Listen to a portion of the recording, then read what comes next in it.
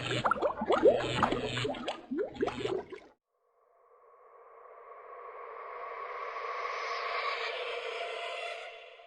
guys, Freaky Finance here. Last week we looked at Suncor and Enbridge, and this week we're going to change tune and go into the States and look at MSG Networks. So MSG Networks is a pretty interesting company. It's screened well. I'm bringing it up because it's screened well when I was looking for stocks that have very low price to earnings ratios. Basically, it's a regional sports play. MSG Networks basically just advertises out the actual content to cable companies. It's the main model. And then there's some ad revenue as well.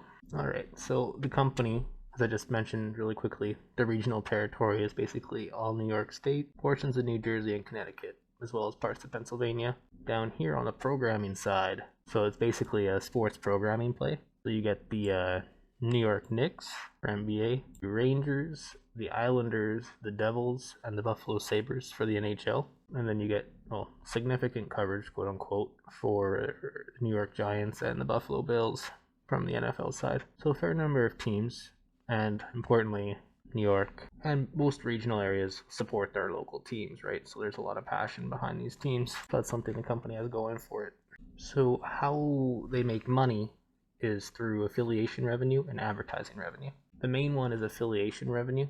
So basically the distributor will distribute the content to you and me and probably bundle it inside like a cable package or something like that. Now this is changing over time with technology. Now it could be like an online thing. So NHL might be like, okay, we want to stream your games, and now this company would lease that content, or not lease, they generate affiliation fee revenue from that content. It's a fairly sound business model. Like if I don't know if you ever looked at Viacom or any other companies, even Disney has quite a bit of affiliation revenue, right? Though Disney now has ultimately their own distribution network because they believe distribution to be a commodity and the content to be key.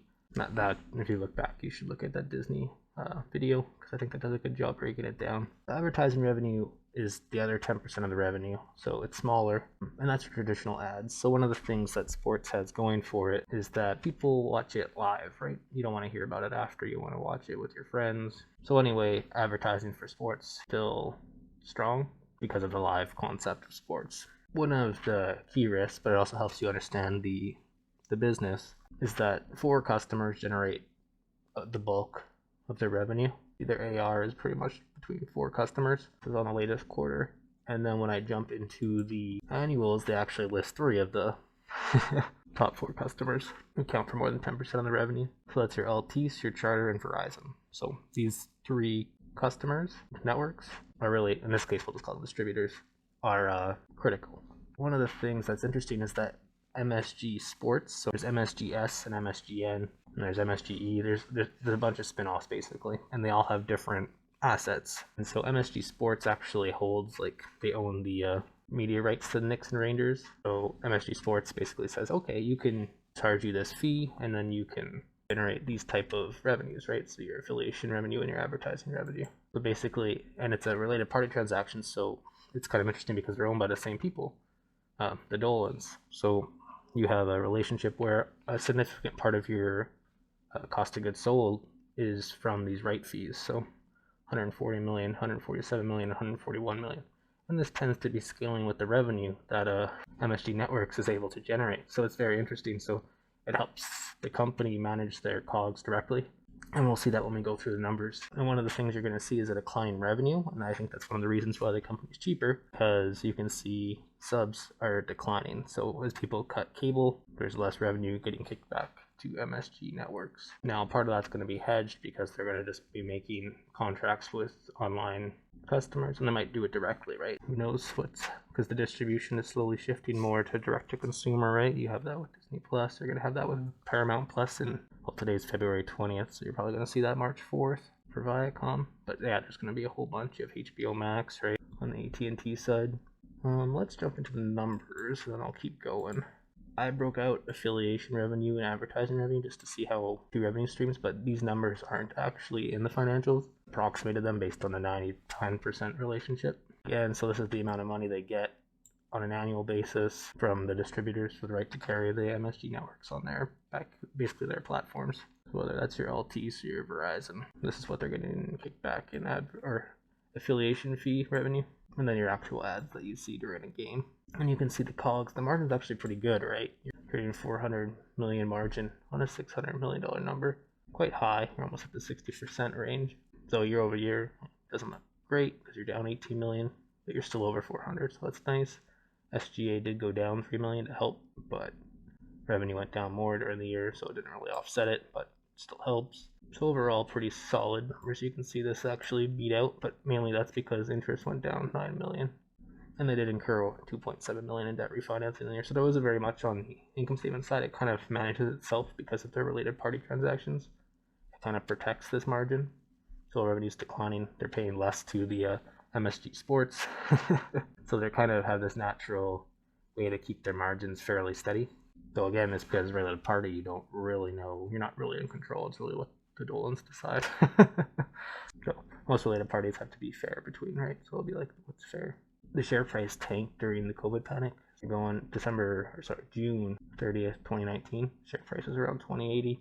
During June 30, 2020, it was down. It was even cheaper than this, but at June 30, 2020, it was 9.85. Importantly, you can see the share count, fully diluted, continue to go down. It's been a trend lately for this company. They've been buying back quite a bit of the company. I mean, that's 12 million shares. You might think that's not too much, but as a percent, that's quite a bit in a year. They bought back more than 10% of the company. We saw this kind of relationship when we looked at Dillard's with the Dillard family. So this is a similar concept, but with the Dolan family. But anyway, this market cap equity got smoked, right? You went from a $1.5 billion company to a $600 million company. So 60% cheaper, so it looked really good on June 30, 2020 numbers, which did have 3 months of COVID in it. There is quite a bit of goodwill. So the weakness of MSG, like the income statement looks pretty steady, right? You have the decline in revenue, but you're still able to hold the line on the bottom line. And you're able, and the cash flow statement looks really good. So the balance sheet's the weakest statement for this company. And you can see that right here with your more than $1 billion in debt. It's by far the biggest number. And unfortunately, tangible assets are low because a lot of it's goodwill. The company, though, doesn't seem concerned. So interesting enough, during the year over year, they actually took on debt and bought shares back. So they're not really worried about this, in my eyes. Maybe like the Dillards did, maybe they're trying to take advantage of a lower share price during during 2020 fiscal year. CFO is fairly steady, so you can see net income fairly steady, CFO fairly steady.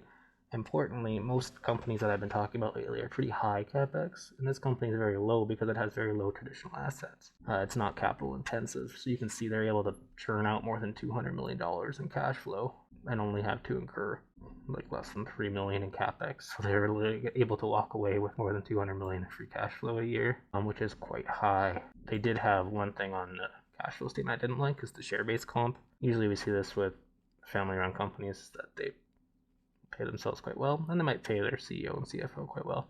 19 million a year, and that might not be too much to you, to me, but when your total direct operating expenses and your SGA are only, let's just call it 400 million, or like 380, right? You got to remember that 20 million of that is literally just going to management through share-based comp.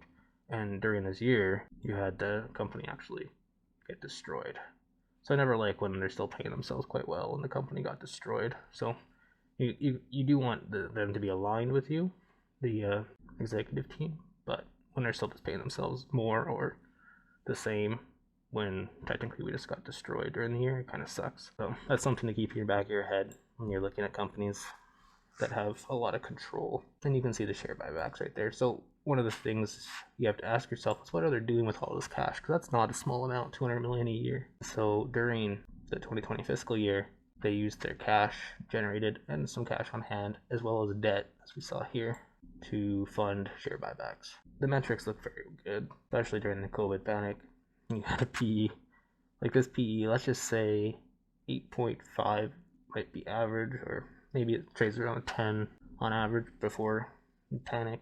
But here you can see that going into COVID, it was trading at 8.5. So generally it trades like a cheaper company. I think a part of that is because of the declining revenue and less subs, right? That's probably the cutting the cable narrative.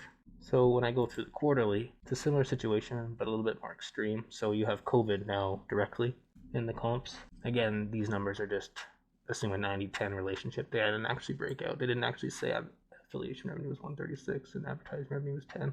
I just broke that out. So really, for all I know, advertising revenue would have been really low, right? Because sports were very choppy this year due to COVID. You got to remember that this is kind of an outlier year, but the decline year over year is real.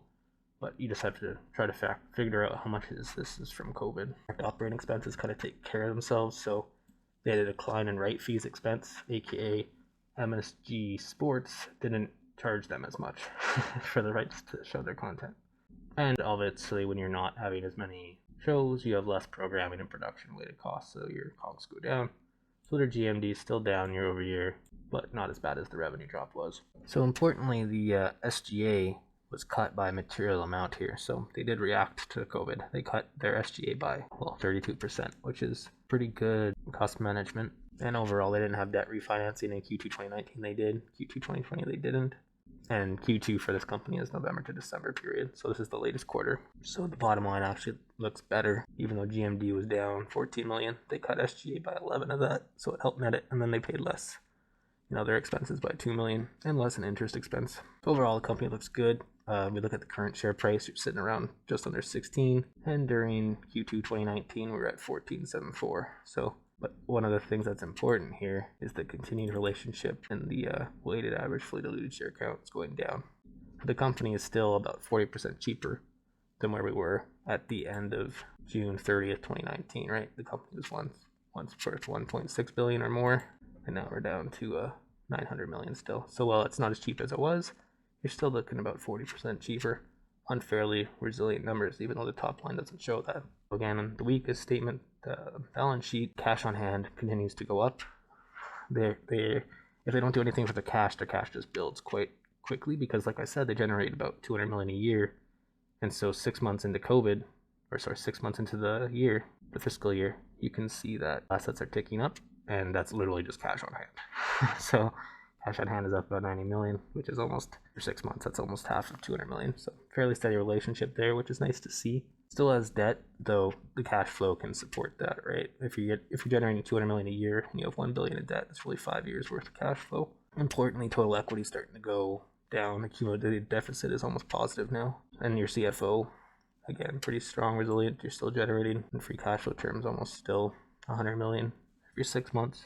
However, share-based comp is still quite high. And again, that kind of sucks because it means they just save money on the operating side, save money either through cutting other people's salaries or whatever they decided to do, but then they still decided to pay themselves share-based comp.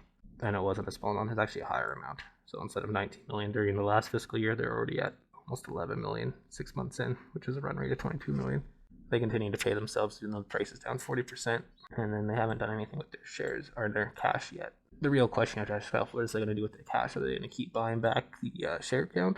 Because that supports the earnings per share. Are they going to pay down the debt? They'll probably just continue to do both over time based on what they decide. But it seems to be either 1 year it's almost like they're going to just do all the shares, and then another year they're just going to do down the debt. It's very, and you're not even in control of that, right? Because it's literally 77% of the voting power is with the Dolan family, so it's whatever they decide you're going with. So maybe that's another reason why the company trades cheaply is the lack of control.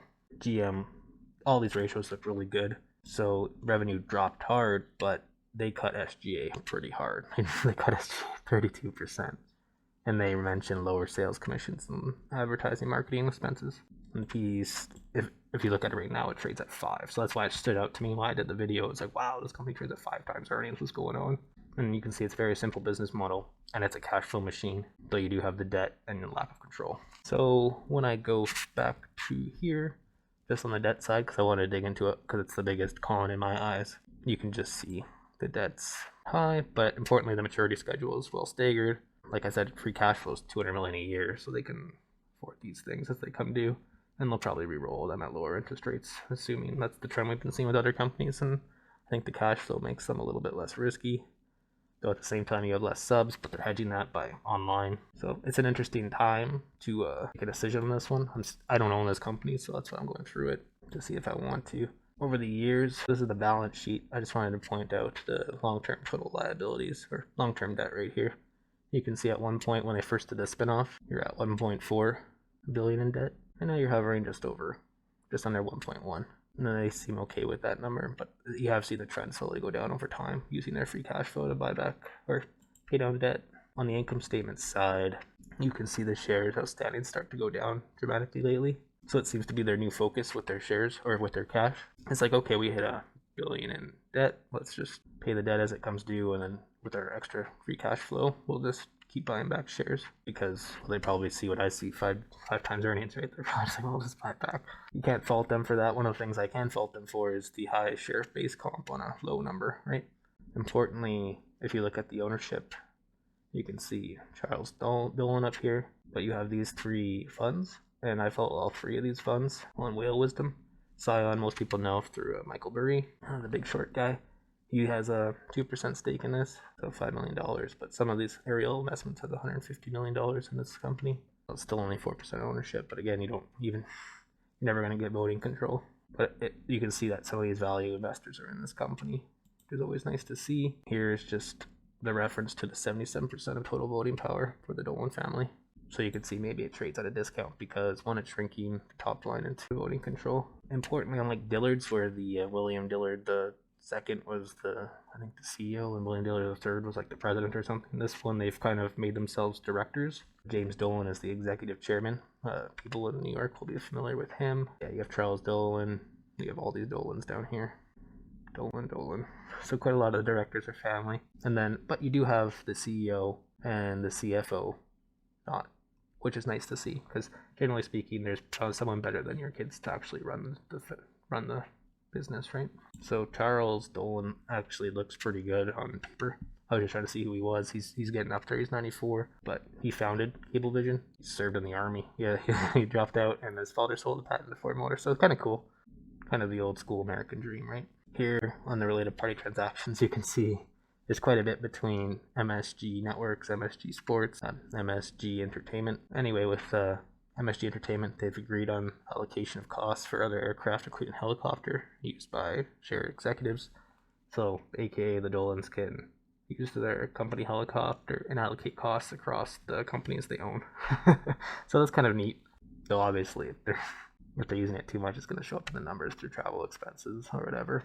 But it is allocated across the companies. James Dolan is now the executive chairman and CEO. Well, here it says the CEO, but here when they're signing off the latest form, you can see that as of August 13th, president and CEO is Andrea Greenberg, and executive chairman director is James Dolan.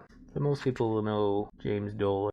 Chuck Dolan is the founder and the driver behind it, right? Whereas a lot of people, when you have that kind of dad or shadow, you have to make your own way. So, but importantly, here you can see throughout his early life, Dolan battled drug and alcohol problems. And a lot of people mentioned that. I was trying to read up on him because the management team is the other con, right? So I wanted to see, well, it's not necessarily a con, it's just you have to be aware of it when it's family run. But you can see he went to rehab. Supposedly he's been like 25 years sober, but there's every now and then he'll come to the news, and most time it's unfavorably. Though again, that's an easy thing to say. A lot of people can attack kids who have rich parents, right? I was looking through him just to see before I jumped on to see what he is. He did go to university. I think he's a singer. So anyway, it's an interesting company, and there's lots of stories on that guy, James Dolan. Some of it's probably true, some of it's probably embellished. That's usually how it goes. After the spinoff, let's just say, in this range, you're pretty much in $25 share price to a $15 share price. However, it did start going down well before COVID, and this is probably when the company was starting to buy back shares and decided to buy back shares instead of paying down more debt, right? That's probably what happened. So anyway, it's a pretty interesting company. It still screams very cheap for a reason. It's probably, if I had to guess, you're probably looking at it coming back up. And you're still getting support because they're deciding what to do with the cash flow, right? It's still quite a lot of cash flow every year. 200 million is not a small number for this company. So whether they continue just to pay down the debt as it comes due, or pay it off early and incur extra charges, or decide to support the share price because it's still trading fairly cheap, right? Like they literally have almost $3 in earnings power per share, and they're trading at 16. It's very rare when you see a company trading under 6 times earnings, and it's fairly stable. Like it's screened that way for like 5 years, right? Not that cheap for 5 years, but it just got cheaper now during the COVID panic, and you saw the value investors take advantage of it. Importantly, you can see Madison Square Gardens Sports, so the affiliated companies. You can see that one's also started to bounce back. It's a little bit more in line than what it usually traded, whereas Networks is still well below where it used to trade. So there's probably some value there. It's just hard for me to wrap my head around. It's always hard when you have to quantify a family, right? But the financials, like the cash flow looks good, and valuation looks good. So yeah, and here is just like how they're trying to hedge people cutting cable, right? So with the National Hockey League for live streaming rights to New York Rangers. So there's ways to get your content out. Currently, it's still very reliant on the cable companies, but eventually the distributors are just going to either do their own online, or the MSG networks will go with an online provider that they get most eyeballs out they can, right? But who knows? Maybe they're trying to broker a deal with Disney Pluses of the world, or maybe NHL Go is going to do that, right? Or the NHL company, and this company will take along for the ride. So it's an interesting. A lot of people will be like, "Well, cable's dying from cord cutting, right?" That's a true fact. Well, not cable's dying, but cord cutting, and you can hedge that by going online, right? As long as you have the content and you have the viewers that want to watch it. And I think people are going to want to watch sports in their local area. That's always it's almost like a regional play, right? So I think you're kind of hedged in that regard. People are always going to want to watch your content who live in that area, right? So anyway, I'd like to know your thoughts on MSG Networks. It's a different company than what we normally look at. And have a great weekend.